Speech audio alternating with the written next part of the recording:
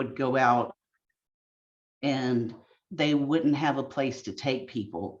And sometimes it would just be that somebody just needed to get away for a brief period of time just to sort of cool off from whatever was happening at home and maybe get started on meds or get a med change.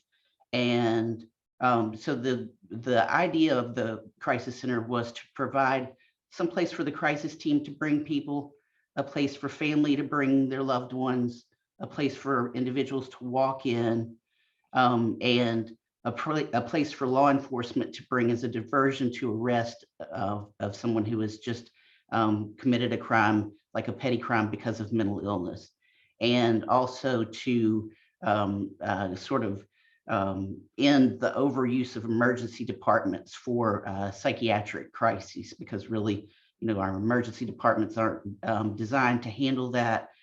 They don't have psychiatrists on staff generally, and it takes up a bed for somebody who may, be having a heart attack. So, and really to beef up our peer-driven services. And we wrote for the grant. It started as a grant, but now it's an annual funding situation with the Department of Mental Health, and that started with town hall meetings that were held in 2020, and some of you may have gotten to come to those town hall meetings where it was talked about what the needs of the community were. And Alta Point is the regional center. We provide services for Mobile, Baldwin, Washington, Escambia, Clark, Conecuh, and Monroe counties. The bulk of our admissions come from Mobile and Baldwin, of course, the two biggest counties in our region, but we do provide services to the others as well.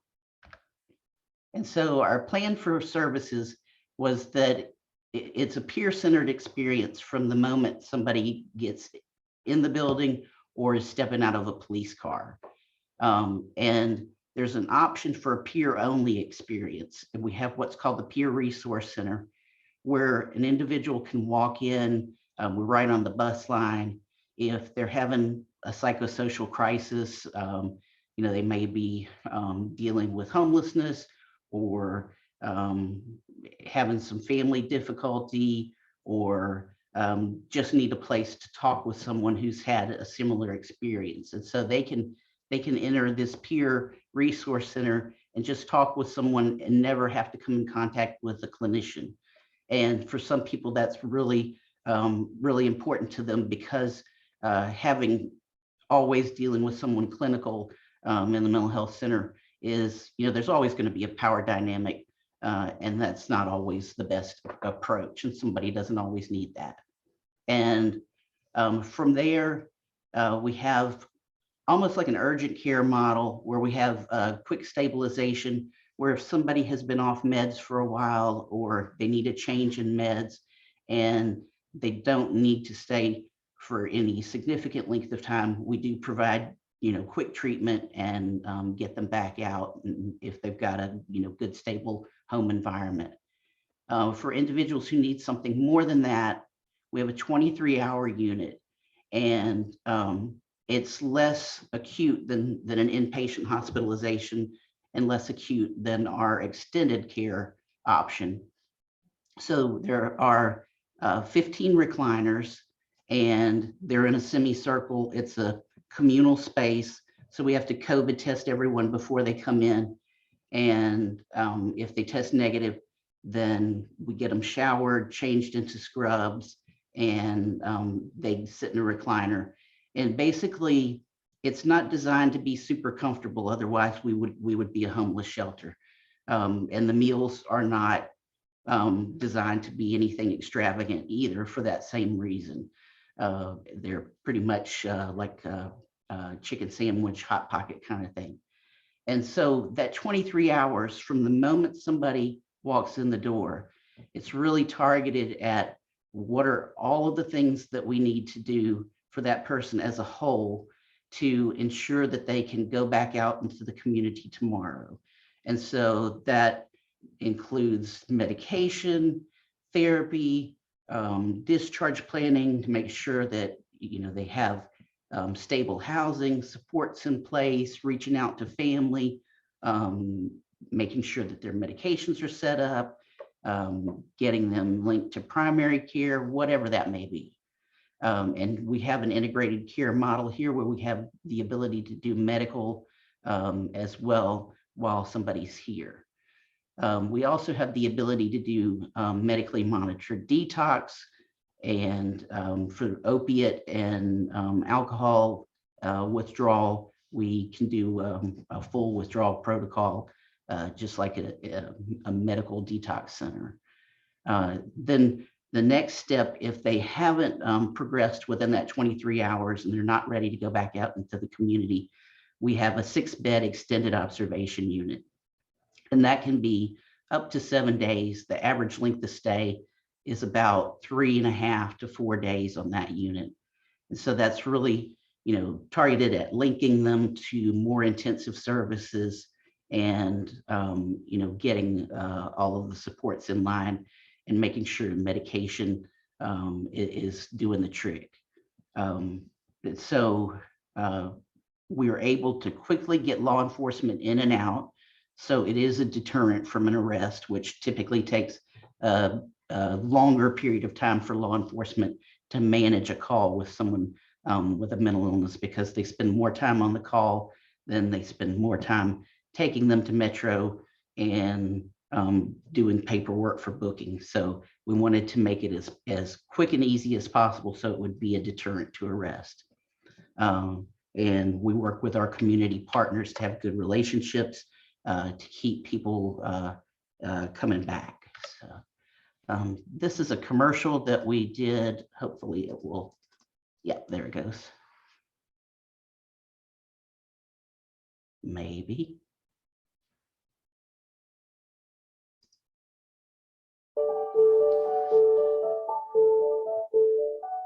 Welcome to Alta Points Behavioral Health Crisis Center, a safe place for fast, effective treatment for individuals experiencing a mental health crisis. Often law enforcement is the first contact for families and individuals in crisis, which may typically lead to an arrest, jail time, or unnecessary hospital visits. We hope to provide an alternative where law enforcement and loved ones can bring an individual for prompt evaluation and treatment recommendations, in the end resulting in better outcomes. We'd love to give you a look inside the crisis center through the eyes of a patient. Hey, how you doing today? Do you have your ID insurance filing?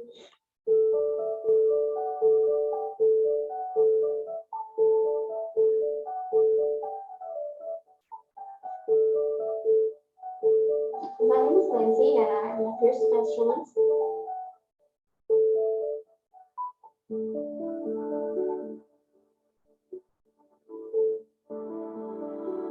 Now we're going to go to triage.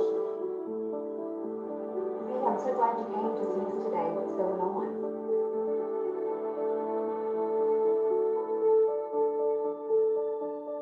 Hi, I'm Laura. I'm a nurse here, and we're going to step right over here and take your vitals and check you out and go and see the doctor.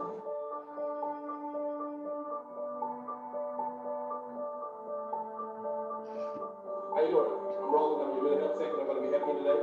We're going to take you downstairs, get you a shower, get you some clothes, we're going to feed you, we're going to take good care of you.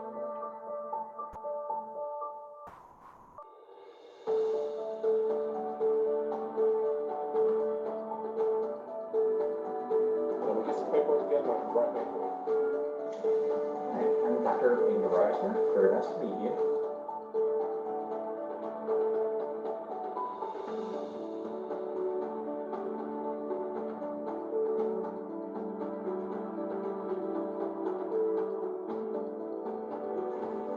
Look down. Is everything okay? Maybe I gave a little bit.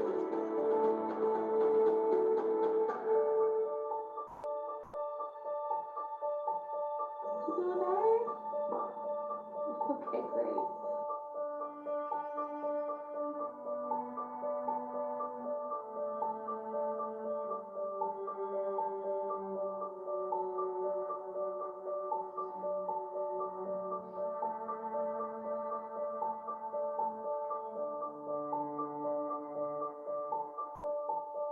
We We strive to get law enforcement in and out in 10 minutes, and a patient can expect to stay anywhere up to 23 hours. If you or a loved one are experiencing a crisis, just call the phone number on the screen. Thank you for taking this tour with us, and remember that Alta Point Help is here when you need us.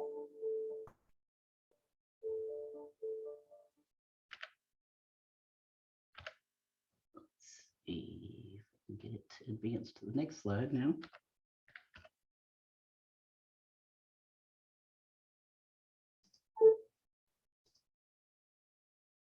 And so I talked about our triage process, COVID testing, paperwork, and a nurse does a pretty extensive history to try and determine, what's happening with the individual, what the nature of the crisis is, what meds they've taken, how long it's been, that sort of thing.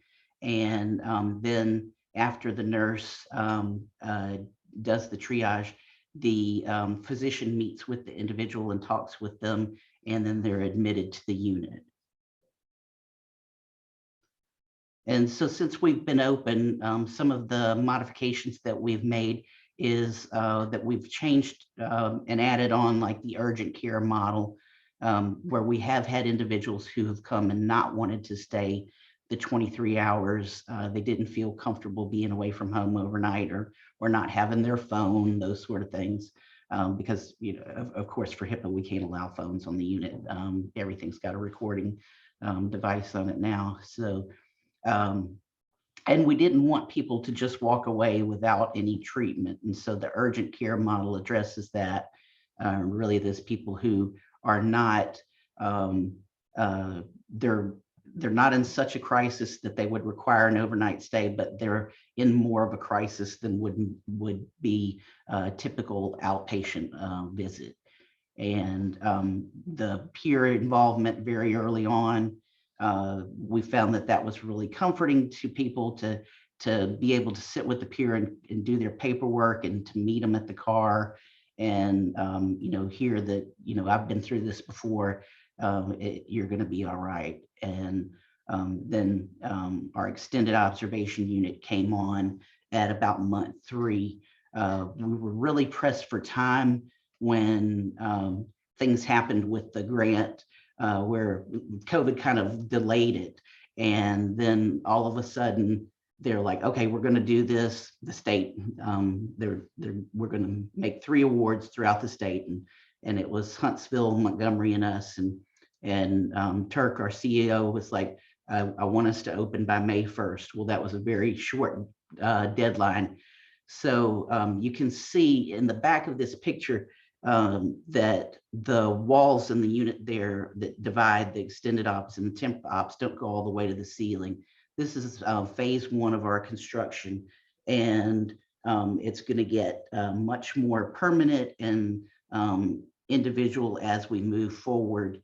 And those walls will go all the way to the ceiling, but we wanted to get things open and get started and start providing services as quickly as possible. One of the unique things about our center is that we are the psychiatry department for the University of South Alabama. We have psychiatry residents on staff, and we teach. So we use the residents here at the center. It provides them with a good foundation and hopefully retains more psychiatrists in our community. We also offer an addiction medicine fellowship, and the detox component of what we're doing here really provides some incentive for psychiatrists who are interested in addiction medicine. And we're seeing more and more of that, especially since COVID. The rise in substance abuse has been tremendous from the general population, but also individuals with mental illness. All right, we don't have a lot of exclusionary criteria. As you can see, these are pretty big medical things that we would not be able to, these are more hospital things that a freestanding unit like us would not be able to manage. Feeding tube, oxygen, things like that become dangerous for other people on the unit. And if someone is only under the influence of alcohol and drugs, or they're so impaired that they can't make a decision on their own to stay. We've actually had Mobile police call us, and we have a card that we give all of the officers that's laminated that they keep in their car, and they're like, we want to bring somebody to you, but he's so impaired he can't consent. And we're like, no, that's not appropriate. So at least they're reading the cards. They're still trying, but at least they're reading the cards. So that's a step forward for us. And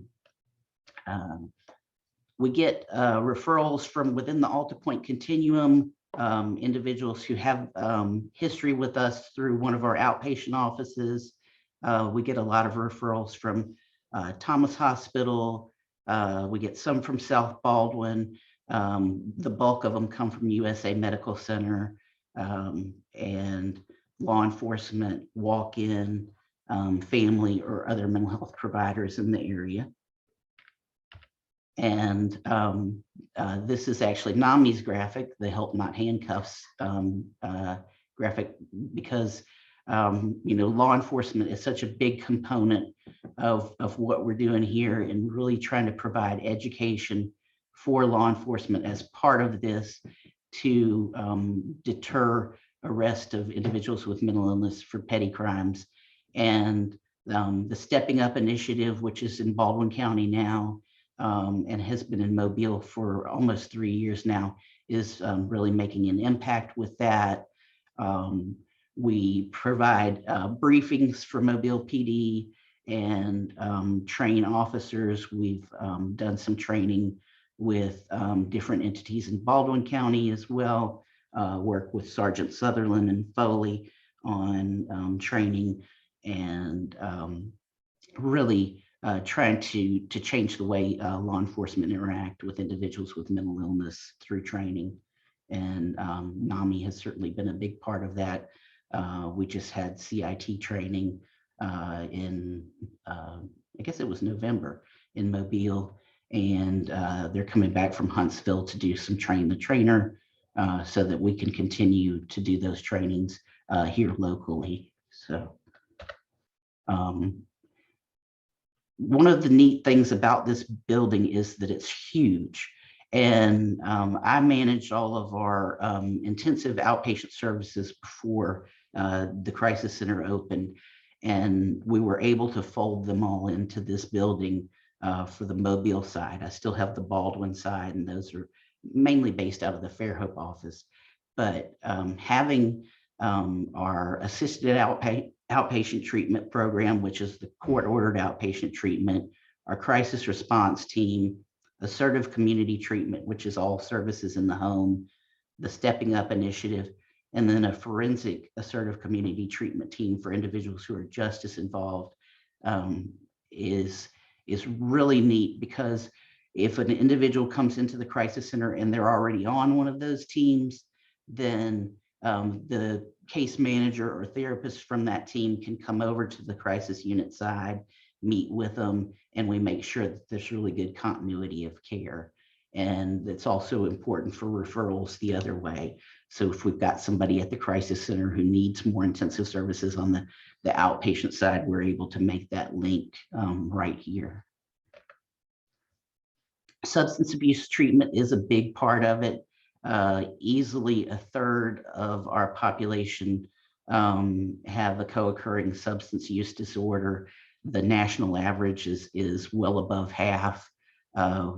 There's some component of that to a lot of what we treat here. And mental illness and substance abuse sometimes go hand in hand, because individuals do try to self-medicate, especially early on in diagnosis. And we do provide, like I said, medically monitored detox for alcohol and opioids. And we have a good referral system into outpatient treatment. We've successfully gotten a lot of folks from the detox phase here into a 30-day or even 90-day program throughout the state. Our phase 2 expansion, we're going to increase the size of our triage area and add showers in the upper portion so that it's a more seamless flow. This is a great building, but it certainly wasn't designed for this purpose. It was a intellectual disabilities day treatment program that actually they had to shut down during COVID, and the state then moved all of their intellectual disability services into the community versus having those day sort of segregated day programs.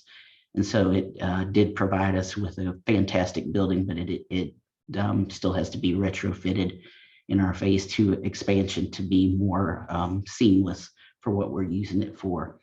Our restrooms are not located as close as they should be to the unit, and so it makes it difficult for staff and having to take patients back and forth. And so we've got a lot of things planned that will really make it look a whole lot prettier. Like Pat was saying, it is cinder block, and phase 2 will look completely different. But and we're adding a mini precinct for Mobile PD, where they can staff CIT trained officers here in the building and provide a co-response with our crisis response team.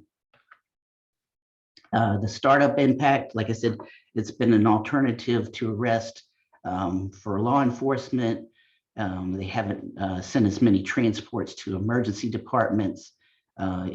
Individuals are coming here versus going to emergency departments directly.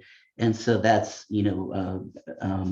cost savings for individuals. It's an emergency department visit is easily $1,500 with an ambulance ride. And so we, want to, our folks incur those bills and they just pile up, and really, we want to discourage that.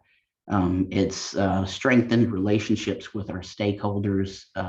We've, been very active in the community, trying to engage individuals and helping us make an impact.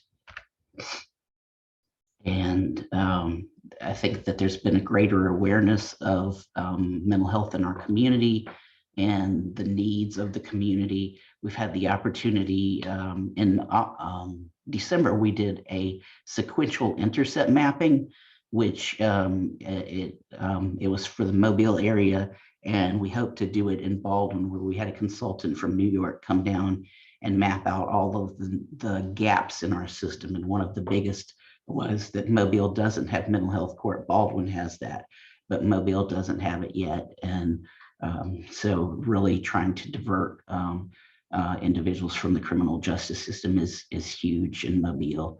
As you know, there's a much higher crime rate over here than we have in Baldwin County anyway.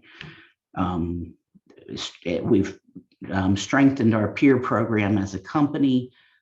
We've got a really innovative peer coordinator. That's something that we didn't have before, and something I knew going into this that I really wanted us to commit to was improving our peer program and improving access to treatment for individuals with co-occurring disorders, because there really isn't much out there, and quicker access to long-acting injections for people who previously didn't have access to those. Immediate crisis stabilization, like I said, seamless transition from crisis care to community-based services.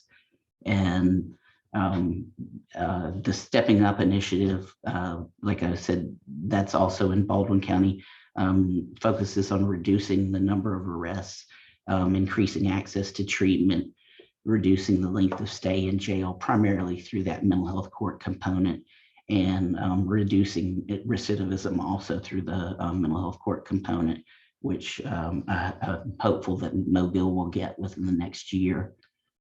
And since May, we've evaluated nearly 500 individuals here. 321 of those individuals would have gone to an emergency department or spent an extended wait in an emergency department for waiting for a psychiatric bed. And we were able to divert them successfully, getting them started on medication and getting them set up with community supports. 127 individuals avoided law enforcement involvement or arrest. 72 individuals were diverted from petition for involuntary commitment, and 357 individuals avoided a psychiatric hospitalization altogether. So that's a pretty significant difference. Every psychiatric hospitalization is traumatizing because there's a pretty significant loss of the autonomy for the individual. And here it's voluntary. An individual comes in, makes a decision to stay here. It's much more palatable for someone to stay 23 hours versus feeling like if they go to a psychiatric hospital, they're going to be there for a week or two. And so the goal is that 23 hours, or if they have to go to extended observation, is so intense and targeted on getting them back out into the community that they then want to come back in the future if they see that they're starting to experience a crisis early on, in order to prevent those longer-term hospitalizations. The primary diagnosis that we see here, of course, it's going to be schizophrenia. 34% of the individuals we've treated have schizophrenia, and bipolar disorder at 17%, and depression at almost 30%. I think that those numbers will probably shift as we get busier with law enforcement drop-offs. The depression part will shrink, and the bipolar and schizophrenia part will become more prevalent than it is. And then alcohol, substance use, and other mood disorders. And finally, let me stop sharing. Does anyone have any questions? Hi, Dr. Gibson. Hi there. I'm Mrs. DeSantis, and unfortunately, my daughter Dominique was admitted to that unit that you're talking about 2 weeks ago. And we didn't really know a whole lot about what was going on at that point in time. She's now in jail. She has, for not following the conditions of her parole, she's in jail. And we don't know what's going to happen with her right now. But we didn't really hear anything about the 23-hour observation. So my first question to you is, where exactly is this building located? It is at 2401 Gordon Smith Drive. It's, okay, I know where Gordon Smith Drive is. Okay. yeah, it's right behind University Hospital. Okay, And, got it. Okay. And, all right. while I can't speak to a specific case because of HIPAA, I can say that the first thing that we do when an individual comes in is they sign consent paperwork, consent for treatment, consent for who they want to allow access to call or their record. And so so my husband is a doctor and I'm a nurse, so we're familiar with HIPAA. Yeah. Okay. So you don't need to educate us on HIPAA. We absolutely know all about HIPAA. Okay. Now, how reliable is HIPAA on a patient that is either psychotic or maniac, who is undergoing an admission that is against his or her will? Why that person who basically doesn't have the control over how she or he feels about privacy, how important is that on a psychiatric patient? Or why the HIPAA prevails over the wishes of a family when there is a situation in which there is a psychiatric patient? Okay. The first part of that is our unit is only voluntary. So nobody comes here against their will. But on the involuntary side, There is one exception to HIPAA, and that is if it's the petitioner. Information can be shared with the petitioner in an involuntary commitment on a limited basis. And information can be shared if the person is a danger to themselves or others.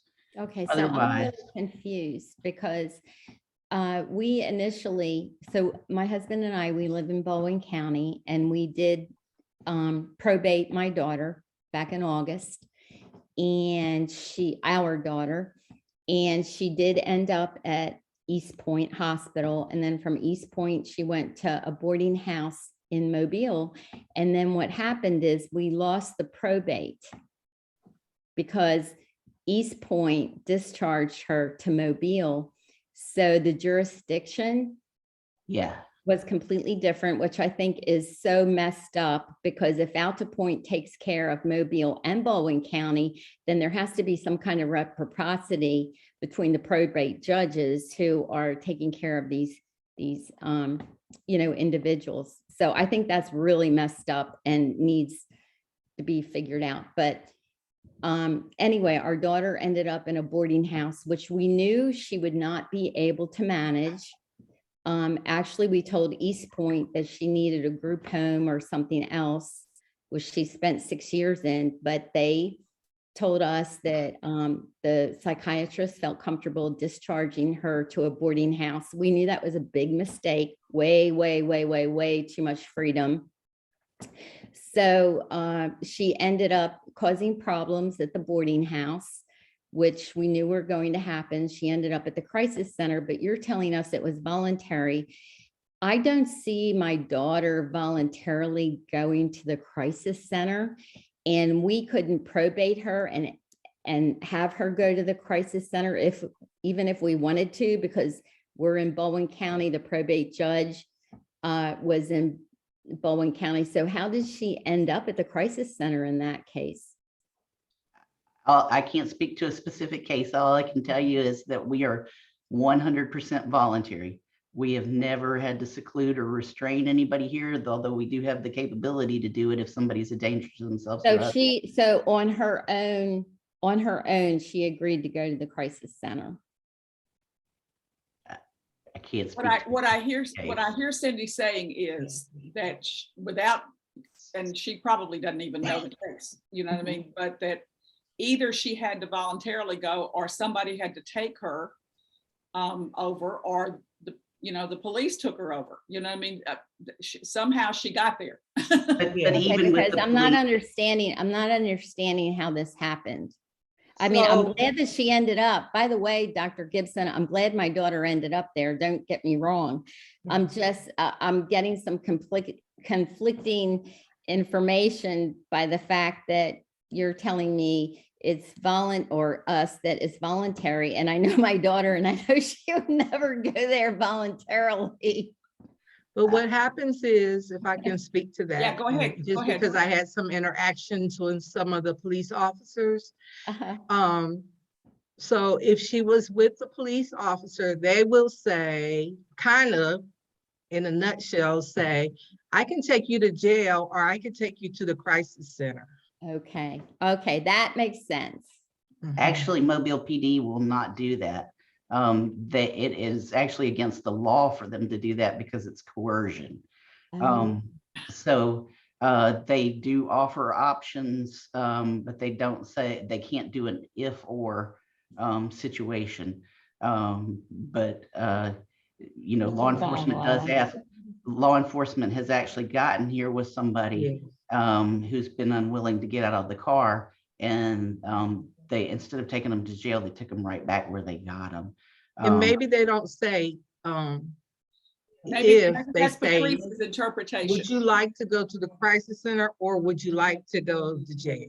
Right. I can see that being a real live, situation. Okay. But we tell PD, and we get a pretty fair number of referrals from Foley.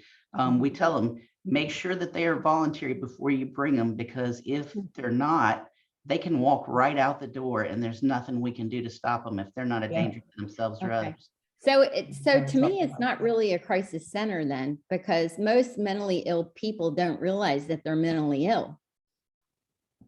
Some do. I think, Okay, well, Well, no, the, I do. the. Well, Susan, maybe statistic- because you're in treatment now, maybe you're on meds now, but I'm talking about the ones that are in crisis. Right. But see, different people are in crisis from different mental health conditions, right? So that what you're talking about in terms of what looks like denial and we call anosognosia, right? Is it's in, as I understand it, Dr. Gibson, so you can just correct me if I'm wrong, but is 100% of schizophrenia, about 40% of bipolar patients, and a few scattered others, but not significantly in numbers for the other, like anxiety or depression or other issues. Okay, so a lot of people who are they feel like they're in crisis, whether they're in crisis or not, right? So if I feel like I'm in crisis, I want help. yes, If I'm just depressed or have severe anxiety or have a panic attack and I'm freaking out, I don't know where to go, that's a good place to go. yes, Okay, so if we went back to that slide that where Cindy said so many people, they had so many people from the different illnesses, the schizophrenia and the bipolar were not approximately half, maybe, yeah. or a little over of all the patients. I hear what you're saying. Schizophrenics were 37%. I'm sorry, who was that? Patrice? Schizophrenics were 37% on your slide, Yeah, bipolar was about 17, almost and 18. bipolar 17%. And Yeah. I think the crisis center is wonderful. I'm so thankful that it's there. I think that it's a great feather in the cap, so to speak, for the Mobile mental health community. I just think that for the people that really, really need it, the ones that are so severely ill, if it's something that they have to voluntarily go to, I don't see that that's helping them.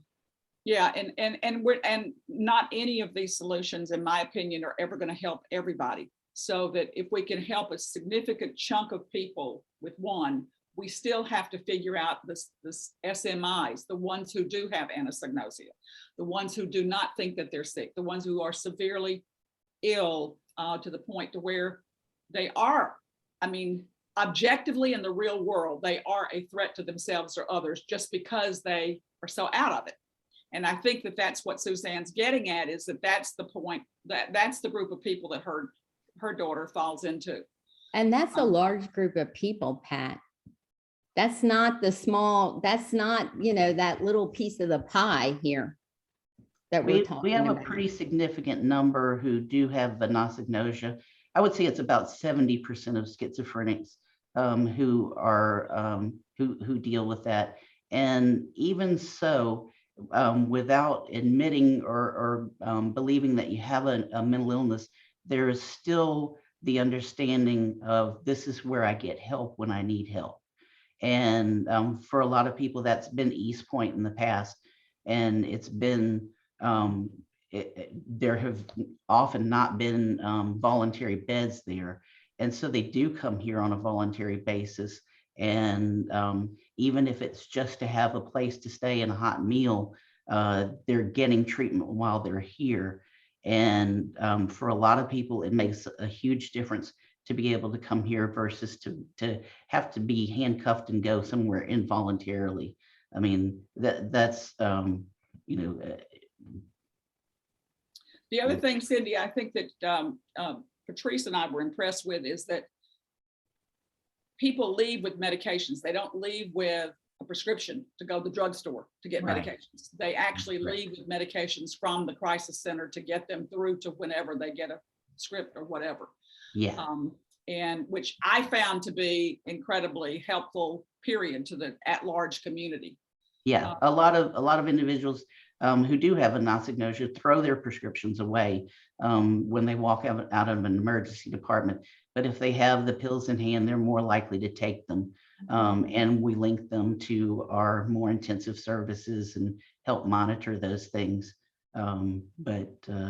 you know, What percentage of those patients are on injectable monthly medications?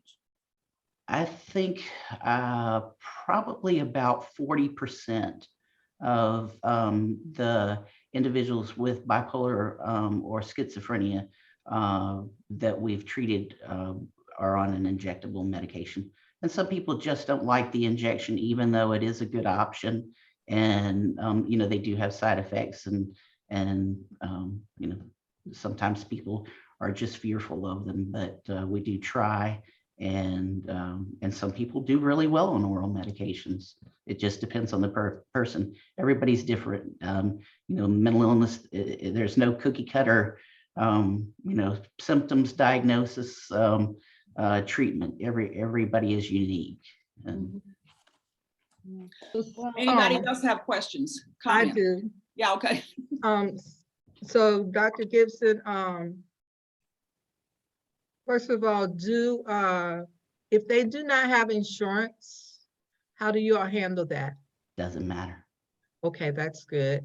And then my other question is, and you try to link with after they are able or at a point where they're able to go to a community based services. And so we know about Alta Point, but who are the other community services that are in Baldwin and well, we're Baldwin County. So who else is out there in Baldwin County?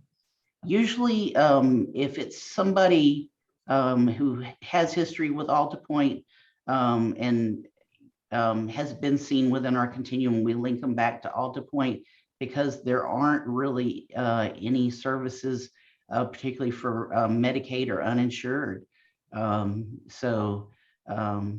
And particularly Baldwin County, more so than Mobile. I think Mobile has a few more providers that do accept Medicaid, but you know, nobody in Baldwin does. So basically just Alta Point.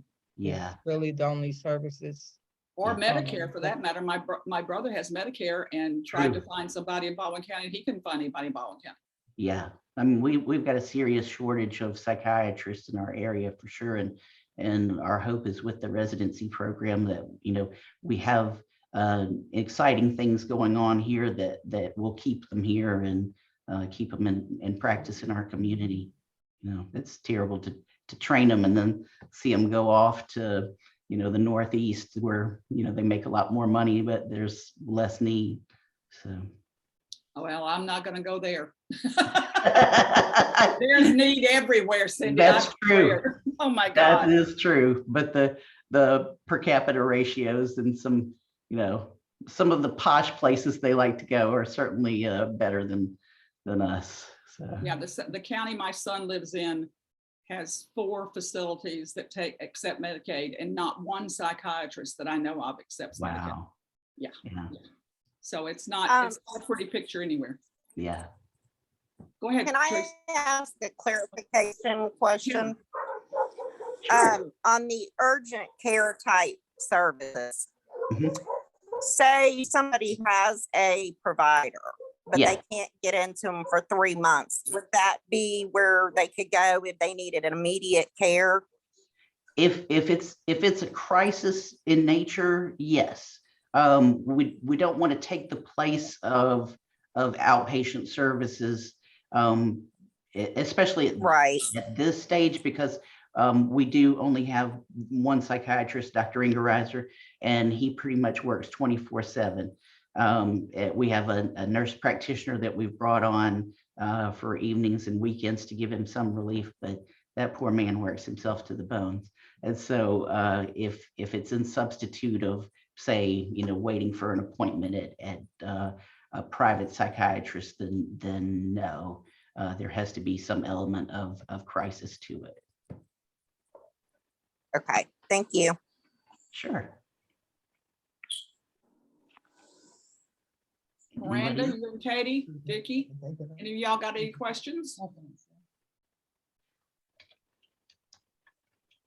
Okay, well, if there are any other questions, Dr. Gibson, we just want to say how much we really do appreciate you and all the work that has been done with the Crisis Center.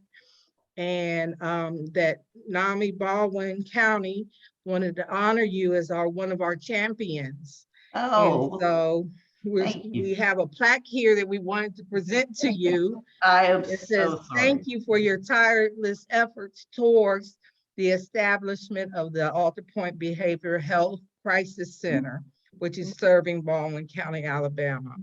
I am So, truly honored. Here's a Thank you. picture. I don't know if you can see it. Yes, that is And we got some beautiful. hand claps over here. Oh, thank you so much. Now, That yeah, if means the you'd been world there to in me. person, she could have handed it to you, but we'll get it to you eventually. Okay, thank you so much. Thank And you, Dr. I Gibson, for all your apologize hard again work for, and effort on behalf of the mentally ill. thank you, thank you. I you appreciate very that. much. NAMI means a lot to me and And if we can help in any way in making sure that our public servants here in Baldwin County knows about what you're doing and the training that you're offering, please let us know. okay, I know you have a strong alliance with Foley and maybe some others, but I'm Kathy sure and there's some Fairhope, yep. smaller townships that maybe don't have the information or all the information that they can benefit from. So absolutely. we can help with that. That's what we're here for. We appreciate you guys supporting us with the Stepping Up initiative, and that's actually helped us, make better connections with some of those smaller municipalities too. And Orange Beach has just asked for some training, which is phenomenal. That's so, where we Great. live. We That's live where in Orange Suzanne is. Beach. I'm really glad to hear about that. yeah. So anytime anybody asks for training, we're like, yes, we will do it. Is there anything that you need from us? I can't think of anything off the top of my head. I think, just, I've worked with Connie Ewing on the Mobile side for years. And I think we have a really good relationship. If something is going on and you feel like you're not getting answers, AltaPoint is a big company. I've been with the company for 10 years. I've grown with the company. I love the company, and but I do acknowledge that we do have some downfalls. And so if you're not getting what you need, reach out to me, give me a chance to respond. I'm usually pretty quick with response. I'm usually prompt to meetings. And I do juggle a lot of balls. I've been here for 13 hours already today, but I will try to address it for you, because I know, particularly after the merger with Baldwin County Mental Health and AltaPoint, there were some issues, and just give me a chance to address them. How do we I'll be reach happy you, to- Dr. Gibson? How do we reach you in that case? How do we, if we, The got to that point? the number that popped up for the crisis center on that commercial, the 662-8000, Mhm. option 1, and you can ask for me. And Pat's got my email, and feel free to reach out, and I'll get back to you as soon as possible. I appreciate what NAMI does. It's important to have family who care, and to provide that educational component, and to provide peer support and programs as well. And so I appreciate you all, and I want you to know that I'll do whatever I can to help if you've got an issue. So Thank you so much. And we appreciate you thank you. and what you do for our loved ones.